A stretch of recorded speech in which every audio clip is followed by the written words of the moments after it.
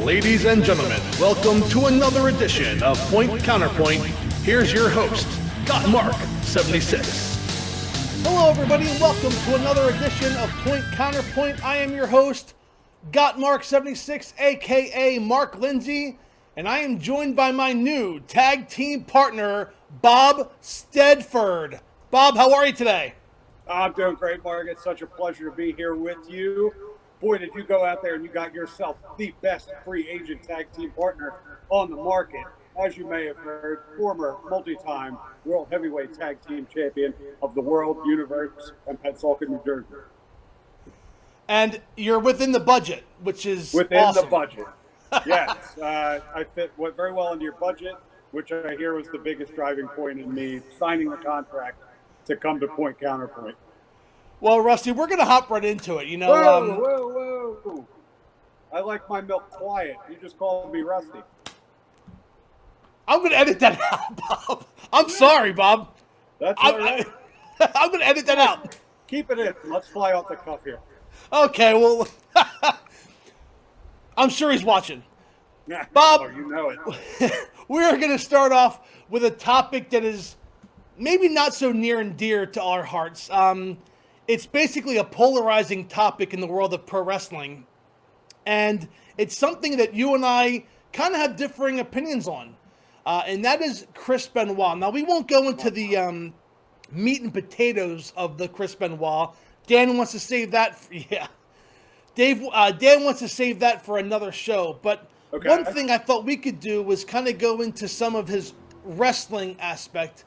And we're going to start with where I got my first exposure to Chris Benoit, even though we had a cup of tea in WCW, was ECW. And what were some of your favorite ECW memories of Chris Benoit? So basically, I was probably about 10 years old when he was in ECW. We're talking, what, 94, 95? Mm-hmm. Right after he came back from New Japan, and he made a huge impact in the Super J Cup, if I remember correctly.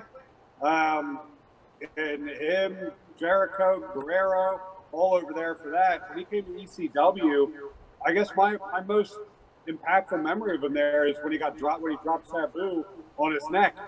Because what was it, Extreme Warfare Volume 2, that commercial that just beat in your head. Every time I saw that, you see that horrible neck injury that they must have made at least a couple $1,000s off of. You'll never know because Heyman probably didn't pay the talent. Well, I mentioned off camera that I was there for that. My dad took me down. We used to go to all the ECW shows, and I was in the third row or second row, and I was on the side of the ring that happened on, and I remember everybody went ouch, but my dad goes, "Oh, he's not moving," and it was like, oh yeah, God, that's not good. It was terrifying watching that video at home. Now, how old a kid were you at that time? Oh, God, 94, I was 16, 17. Okay, so that's our age gap. All right. So, it's funny because one of the ECW characters that really resonated with me was Raven because of the time frame that he came out and so forth. Angsty and... Yeah, it was my cup of tea. Exactly. My favorite ECW memory of Chris Benoit, actually, it's going to piggyback right off of what you said. He was in WCW for a short period of time, went to Japan, where he competed as the Pegasus Kid. Yes. And ECW, there was a time when you could actually go an hour before belt time and get a decent seat.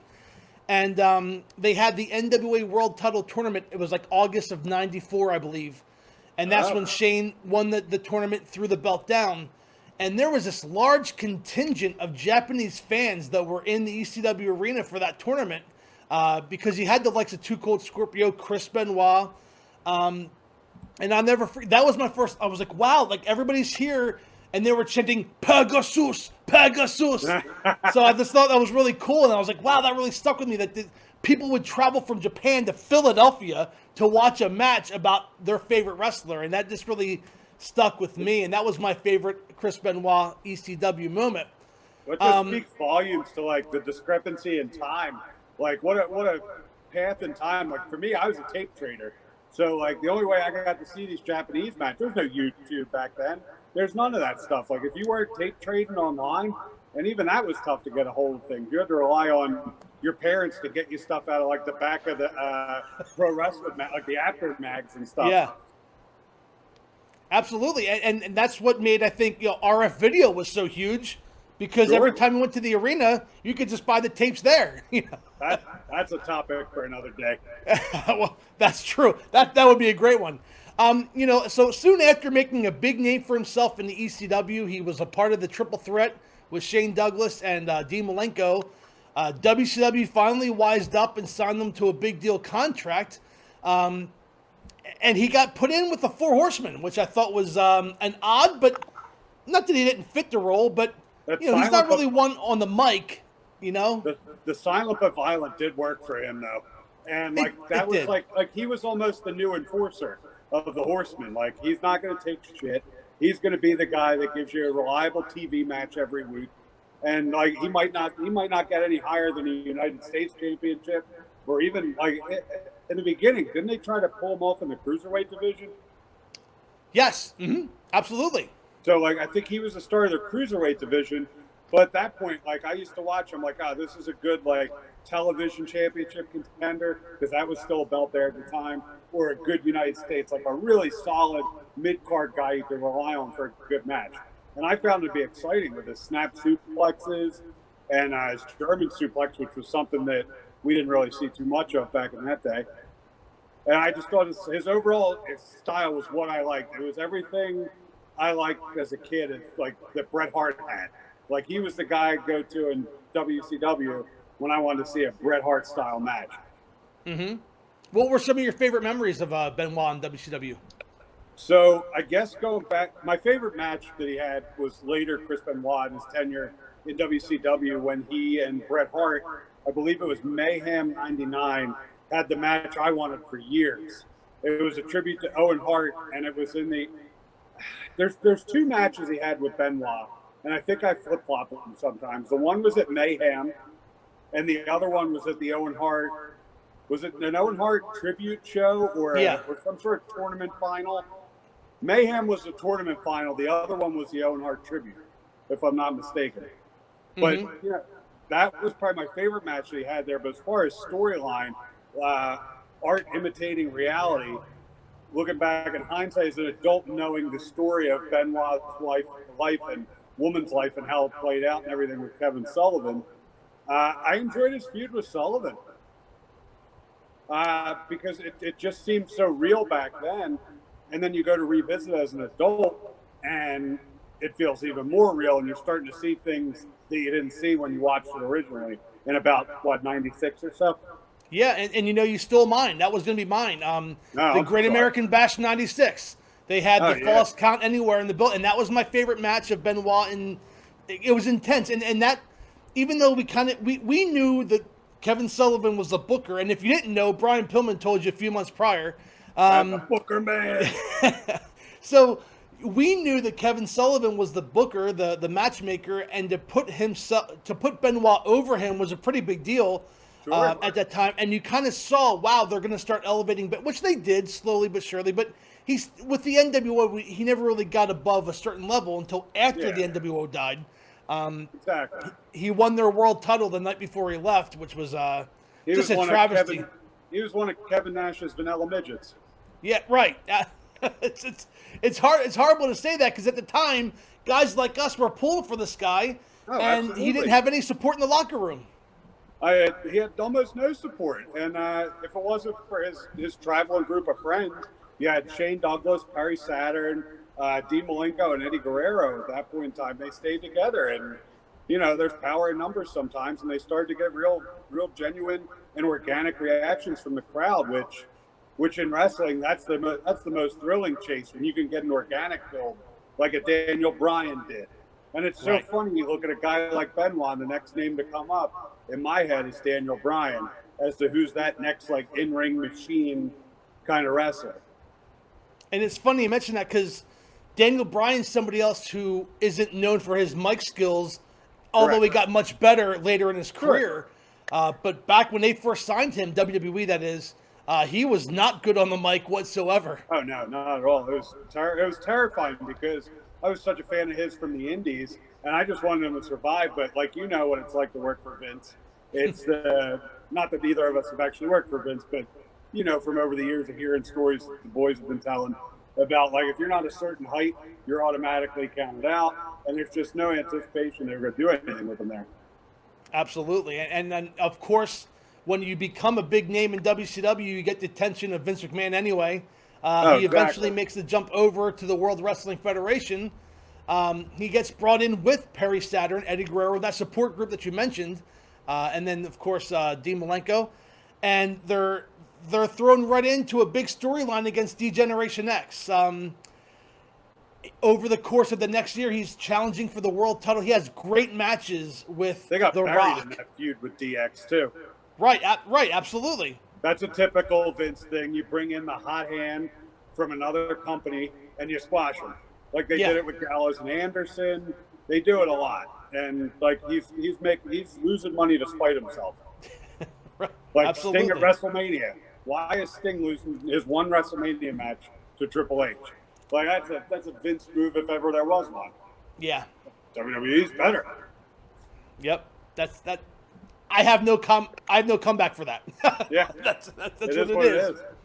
But you know, he was always near the top of the card in WWE. Shane McMahon kind of came on as an advisor. Was in his corner for his World Championship matches. Had some great World Title matches. Rock, Austin. I think he had some matches with Jericho for the Intercontinental title, which were superb. Yeah. I remember the ladder match. Wasn't it a triple ladder match? Yeah. It was Angle, Benoit, and Jericho. Oh my God! I just have this image in my head of Jericho putting the lion tamer walls of Jericho on the ladder, like arching his back over the top. Oh my God! And then he had such a skill for selling, which is an underrated thing this day and age. Like everything that was done to him, I felt like he was writhing in pain.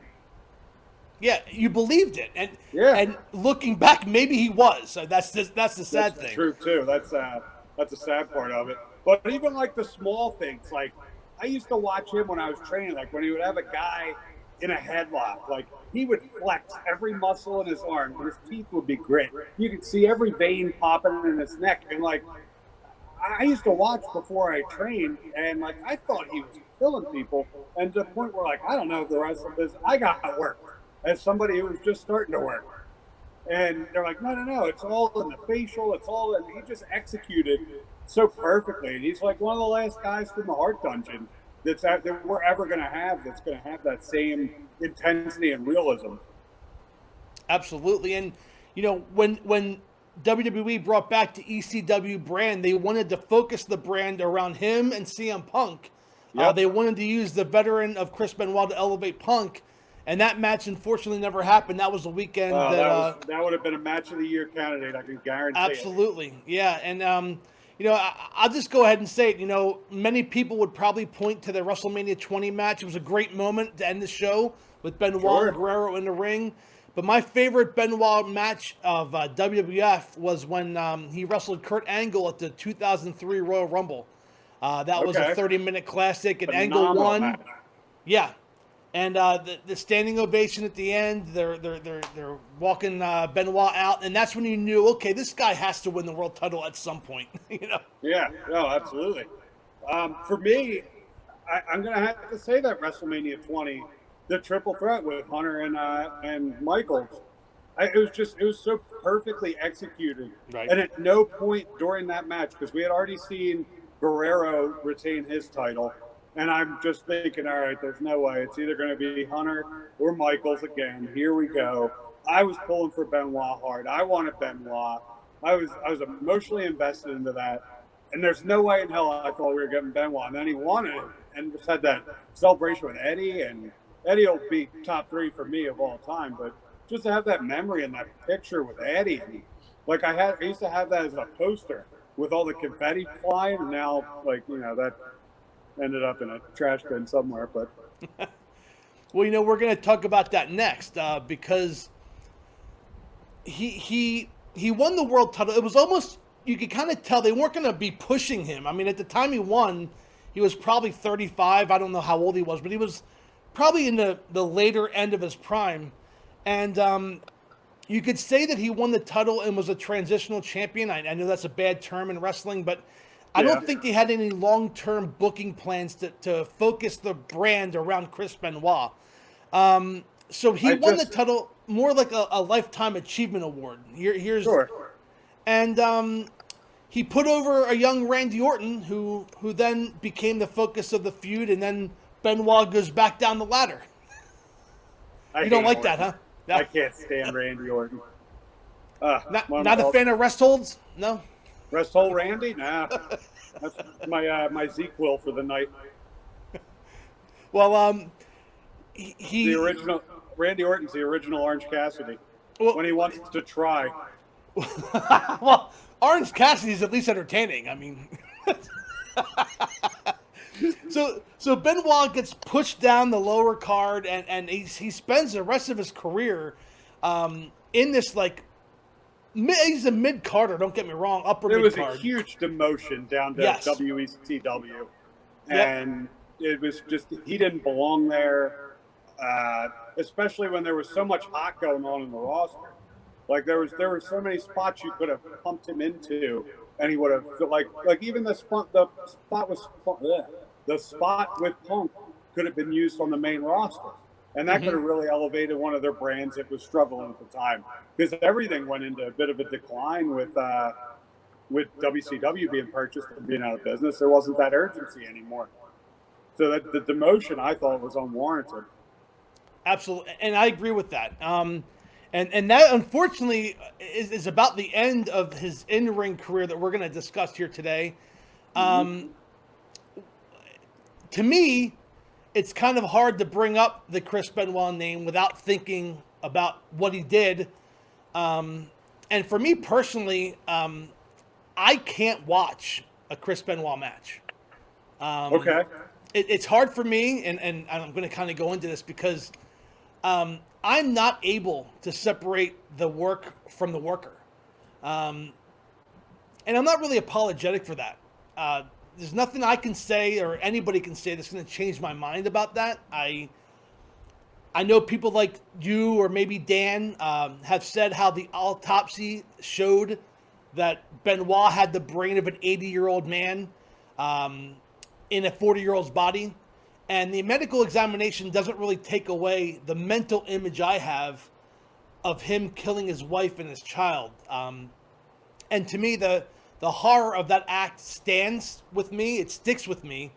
And it's always present. Like, we're part of a Facebook group, and I see Chris Benoit clips or highlights or moments of his career, and I can't watch it. I skip right over it. And this is a horrible comparison, but people always bring up, well, did you like O.J. Simpson?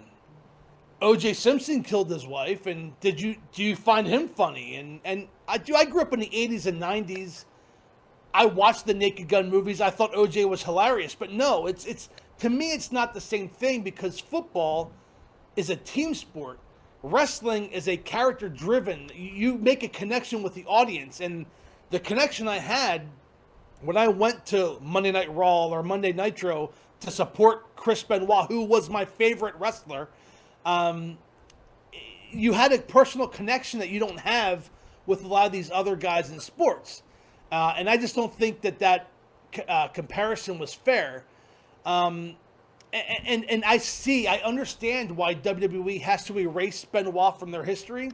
And I don't think it's too harsh at all. I think that he will always be associated with being a murderer, murdering his wife and his son.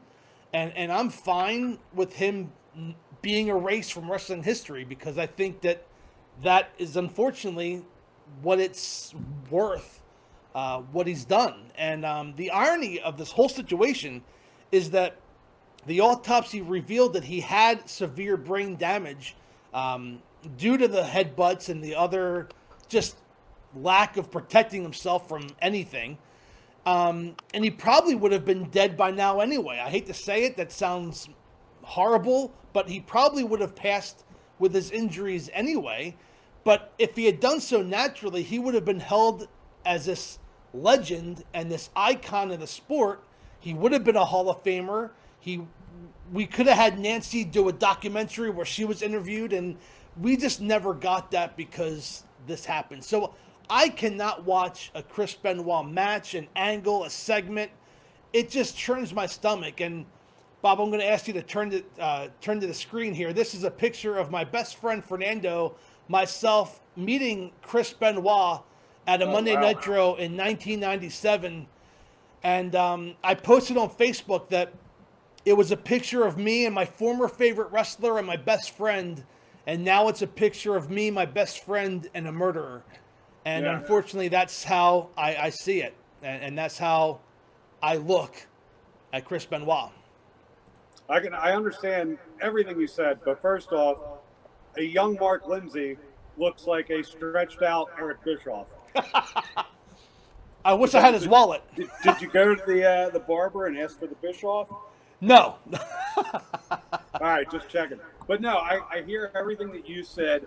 I completely understand the way that you feel about things, and this is not one of those arguments that you get into and it gets heated. Like, this is definitely, you understand fully the other side of the coin. But for me, I can still watch Chris Benoit matches. It's not as often as it once would be, or it would be had he gone out in a better way. But like, there's matches, like, I don't get psyched up for a comeback. I do enjoy when they're working a hot tag and he gets the shit kicked out of him after the hot tag. But it's not the same emotional investment like when he was the underdog in matches, to where I'm rooting, I hope he wins, like I was at WrestleMania 20.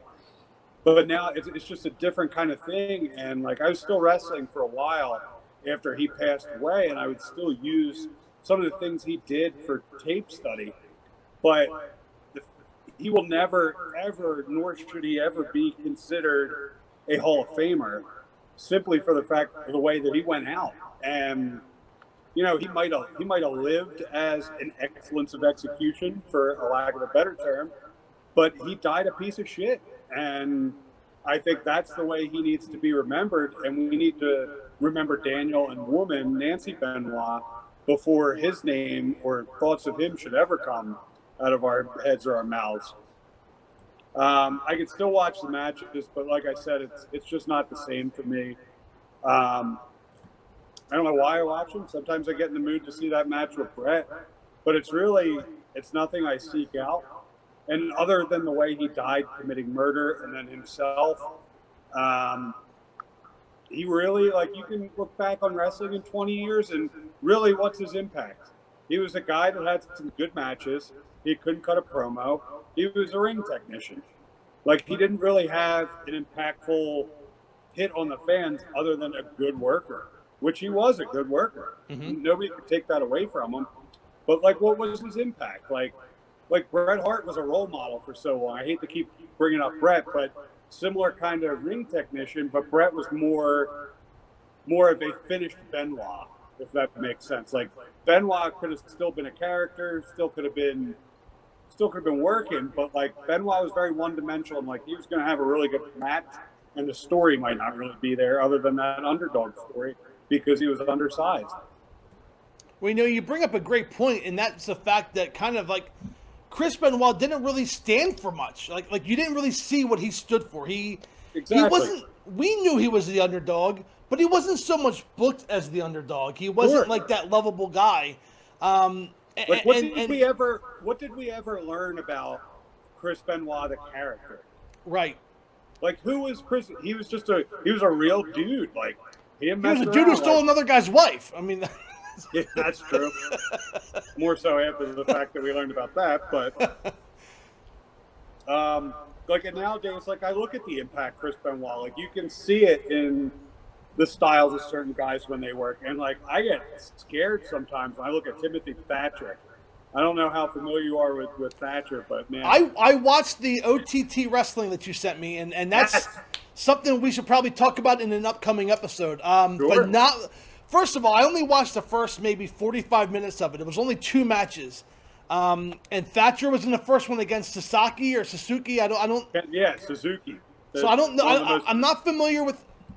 Bob, you're going to kill me. I'm not familiar with that much independent wrestling, and I don't know much from Japan. So it's okay. We're going to spend more time together. I'll get you caught up on what you need to be caught up on. There you go. So, but when you tell me to watch something, I trust you. I know that we have a lot in common with what we like in wrestling. So I gave it, dude, that match was phenomenal. And Thatcher, there's not an ounce of fat on that guy. And I think it was recently released. Is that correct? He's part of that scandal over there in Europe? Thatcher? No. Thatcher, as of right now, knock on wood, is clean. Okay. He's actually got a match coming up tomorrow night on the Great American Bash. We could talk about that next week, too. Yeah. I got a lot to say about that. No, he's got a match with Oney Lorcan, which should be hard-hitting. But, again, I'll enjoy the match, but who are you? Right. And it's a lot of that, you can do it here, but can you do it elsewhere? Right. And who's the guy that's going to face Roddy in the strap match? Oh, Dexter Lumis. Dexter Lumis is probably my favorite. I don't know his name, but his character is so interesting. I believe he was Sam Shaw in Impact. Okay. I don't know too much. That's for the other producer to figure out. He's too busy writing checks right now, though. They're gonna bounce. Definitely. So he is such his music, his entrance, the way he conducts himself. That's a character I can get behind. It's like a stalker. I love it. It's phenomenal. He's a total weirdo, but it's something for me that works in NXT because Hunter is very good about giving us things in small doses. Mm-hmm. Whereas you get to the main roster and you get gimmicks like the Fiend, which starts off as an interesting gimmick, and then it's there every week, and it gets to the point what are you supposed to do with it? What happened to the days of it being an attraction? Hogan, there's so many talented people on the roster that don't get TV time every week when there's certain characters that could stand to be off TV once in a while and keep the character's mystique. Yeah. And they just released a bunch of guys that could have used that TV time. You can't tell me that Rusev was over bigger than anybody else with Rusev Day. But you know what the problem is there, to circle back to where we were earlier, Rusev got over organically. Right. If it's not Vince's idea, look at Zack Ryder. How wildly huge was Zack Ryder? He got himself into a U.S. title reign because he got himself over. It was awesome to see. But if it wasn't meant to be and it wasn't written that way, they're not so keen, with Daniel Bryan being the exception, they're not so keen on doing it that way. Yeah, it's really sad. It's I don't know what it's not like the ratings are doing great. Now's the time that they should be throwing everything against the wall, trying something new, seeing what sticks. Exactly. And Paul Heyman got fired basically for nothing because Tom Pritchard the last 2 weeks hasn't done anything. So. Yeah, I can't even, to be honest with you, I can't watch those shows. I can't watch the main roster stuff. It bores me to tears. Even the people I'm interested in, I just don't care. Never ever did I think there would be a day where, you could tell me, oh, Nakamura has a match. I'd be like, I'll watch a rerun of Chicago PD instead. And it's just AJ Styles. I love AJ Styles. I love Nakamura. I love Daniel Bryan. But I don't want to tune in. It's the same old shit every week. And it just feels like the same match, which I think, just to circle back to our point today, I think Benoit was the last of the generation where things felt intense, for a lack of a better word, felt real and legitimate. And now we're in this whole different weird era without the guys that offer legitimacy. And not only that, but we're in the middle of a pandemic that isn't even acknowledged by the company, which in its own right could add legitimacy. I mean, it's crazy. There is no sick, pal. Well, listen, Bob, I thank you for joining us here. You're our new tag team partner on the Point Counterpoint show. You did a phenomenal job. And thank you. I can't wait for next week. Until then, I am Mark Lindsay. That is Bob Stedford. Click the subscribe button below. Got Mark 76, DJB Productions Network, and we will see you next week. Goodbye, everybody. The proceeding was brought to you by Got Mark 76 in association with That Way Cool Wrestling Show. Please subscribe to Gotmark76 and DJB Productions Network on YouTube. And until next time, we'll see you at the matches.